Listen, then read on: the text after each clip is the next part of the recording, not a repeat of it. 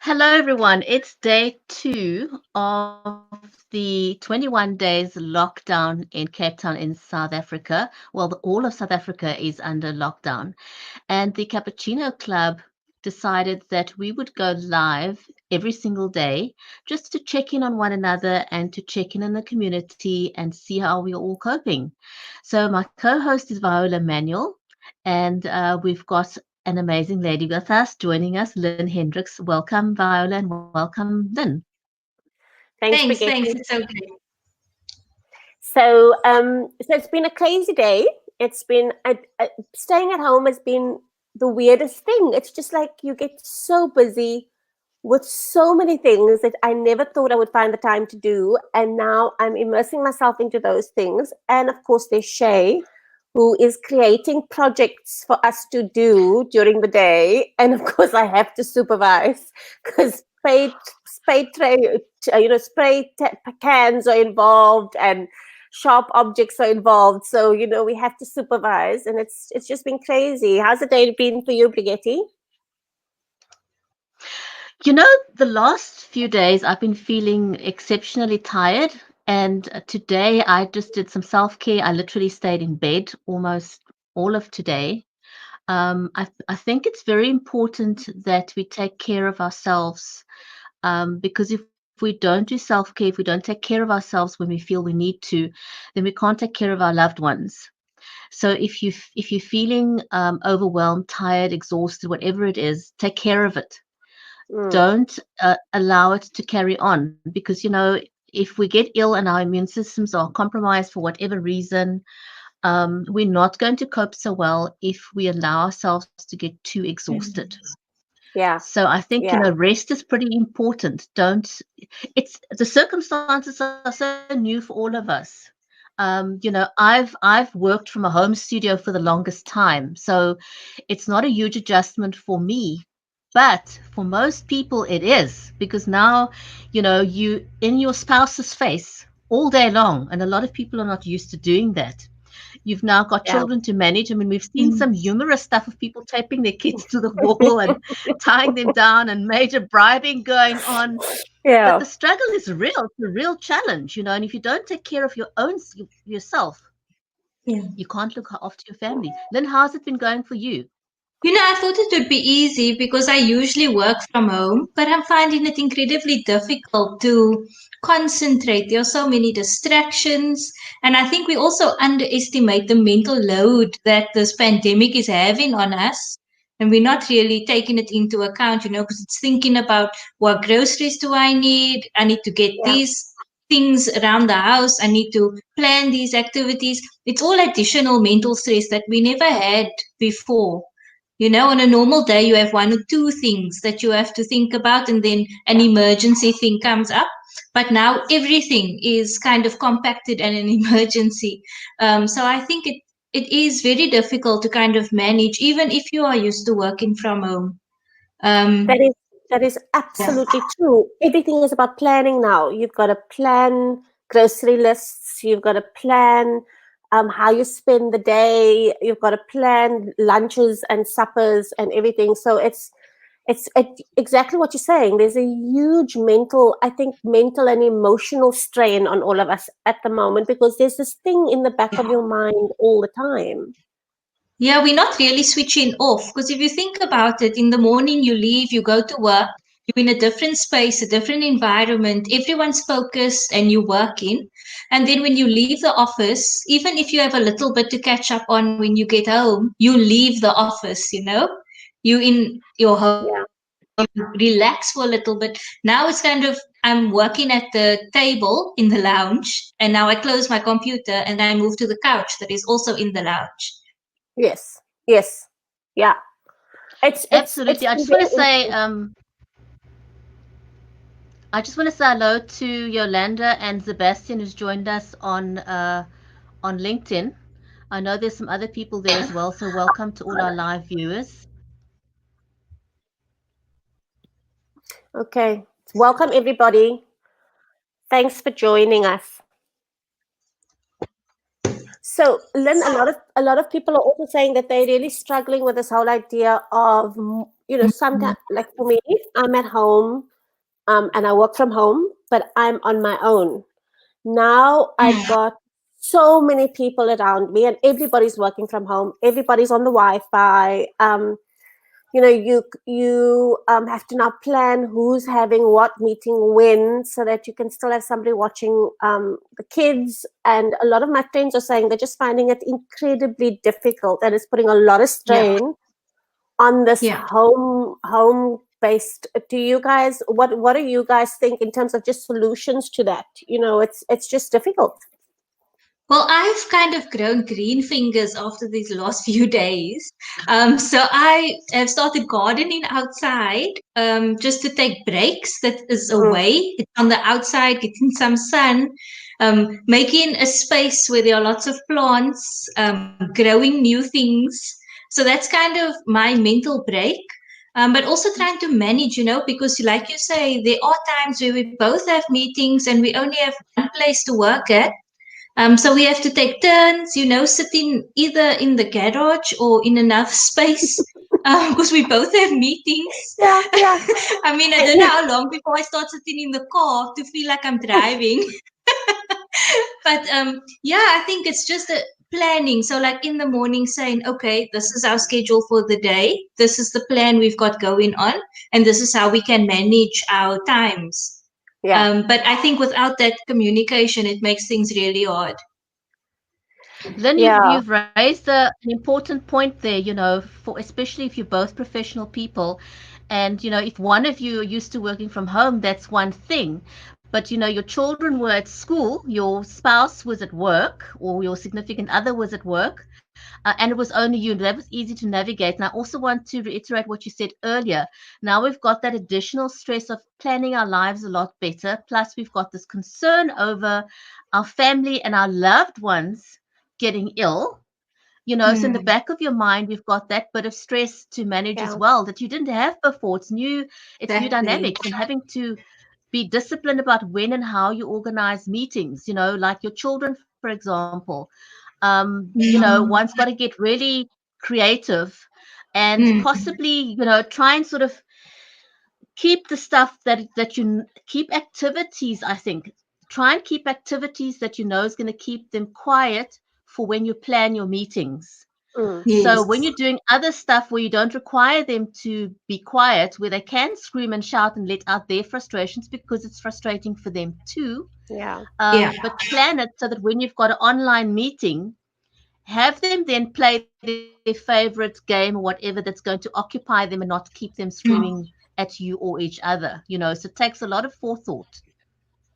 yeah, Yeah, it does. And I think investing in some headphones really helpful because yeah, then you can kind of, you don't, everyone doesn't have to listen to your meetings. It's kind of yeah, quiet. Also, even for them. So if they want to, sit where you are, they could watch something on the phones with the headphones, maybe doing something else. And I also think we have to be really realistic yeah, about managing our expectations. You can't be as productive as you were in the office or when you work from home and you alone. Like, this is not a time to say, I can be even more productive. I can do 20 more things than before. You can do 5 less things than before. And I think we just have to be realistic about that. Oh, yeah. absolutely. I want to just acknowledge here one of the things that Sebastian said on LinkedIn. He's saying we all need to pause for a minute and allow this to sink in. Yeah, Maybe trying to instantly get back into action mode without accepting what's happening may not be best. And I think Yeah. that's an important point, is to just take a breath.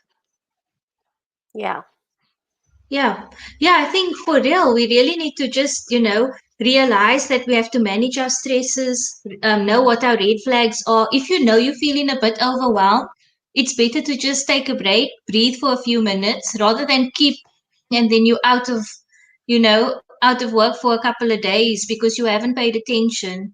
And if you feel that you need to sleep an hour later because you need to feel rested to be productive during the day, there's no shame in doing that. You don't have to sit in traffic. You're not rushing anywhere. Mm. If you want to wake up at 4 because you work better that way and end off, if you have that flexibility in your work, then do that. But don't feel confined to a 9 to 5. These are different ways of working when you're working from home. Yeah. I also think it's an important thing, you talk about managing expectations. I think managing expectations of your actual space as well. I think people just need to chill a little bit about the fact that your kid is probably going to pop his head in while you're having a meeting. It just happens. And if it's crazy like that, just saying to people, look, do you mind if I just join you with audio and not video? I mean, yesterday I had so many meetings I had to be in. And one of the people just said, look, I've been in meetings all day today. I'm sorry, my data's being chowed away. I'm just literally going to join you via audio. And everybody was Mm, okay with that. So I do think you need to just allow yourself this period of adapting to this new mm, normal. mm. It's going to require that, and it's going to require a little bit of breathing space. Just like breathe. Just take the time to breathe. Take the time to figure it out, and Mm. I'm sure by a week into this, we'll all have a lot more coping mechanisms. But right now, I think people are just trying to find their feet. I am just Yes. trying to find my feet. It's just been really Yes. weird. I must be honest with you. Very, very weird. Yeah, I think we going into each other's homes when we on these video calls. Like I'm Right. visiting you at your house. And when I Yeah. visit you at your house, there are people around, there are kids around, you busy cooking or the TV's on or and even now when we're doing meetings, you are in somebody's home. So we also have to be compassionate to other people and to ourselves around, the spaces that other people may find themselves in. I've met so many kids and families over these last few days. It's nice. It's Mm, refreshing. It's not so yeah. serious to speak to somebody. I feel actually that we communicate better. Everyone's more relaxed and understanding, which makes for a better working relationship with your colleagues and with others. Yeah. That's true. That's true. I think you raised an important point there, Lynn. Previously, I think we may have been oblivious to the fact that the people we work with are also moms and dads and spouses and nephews and nieces and uncles. Yeah. We see them with their coat and tie on, and we put them into that specific box. And I think sometimes it's easy to forget that we are all human. We've all got stuff going on in our lives. And I think for the first time, we're becoming cognizant of the fact that we're human beings first, and that we need to take care of each other, and that life is more important above all else. And yes, the Yeah. business does have to go on, life has to go on. We still have to find ways of making the economy churn. Um, but our human side is coming to the fore. And I think Mm, that's one of the positive things for me out of this experience. yeah. That it's an important pivot point for business. A lot of companies and businesses have frowned on going online. They frowned at the idea of trusting staff enough to work remotely. And I think this is going to be a huge pivot Mm, in terms of trusting people that they will get the job done remotely, because it can be done in most instances. If you're an office worker, your job can be done remotely. And I think this is going to be a major pivot for people moving mm. forward. Mm, Absolutely. If you think about the time that you're saving on the road, I mean, you're saving for those that work in the CBD, almost 2 hours of your day is spent in traffic, and now you've got 2 hours that you can either be a more productive, take care of yourself or your well-being or your family yeah. members. I am amazed at the amount of things that has moved online in just a few days. And we've been fighting it for so long. And now Yeah. everything has adapted, no questions asked. Yeah. Because, Because like you yeah, said, the our environment health is requires. number one. Yeah. It's just amazing in such a short space of time. Yeah.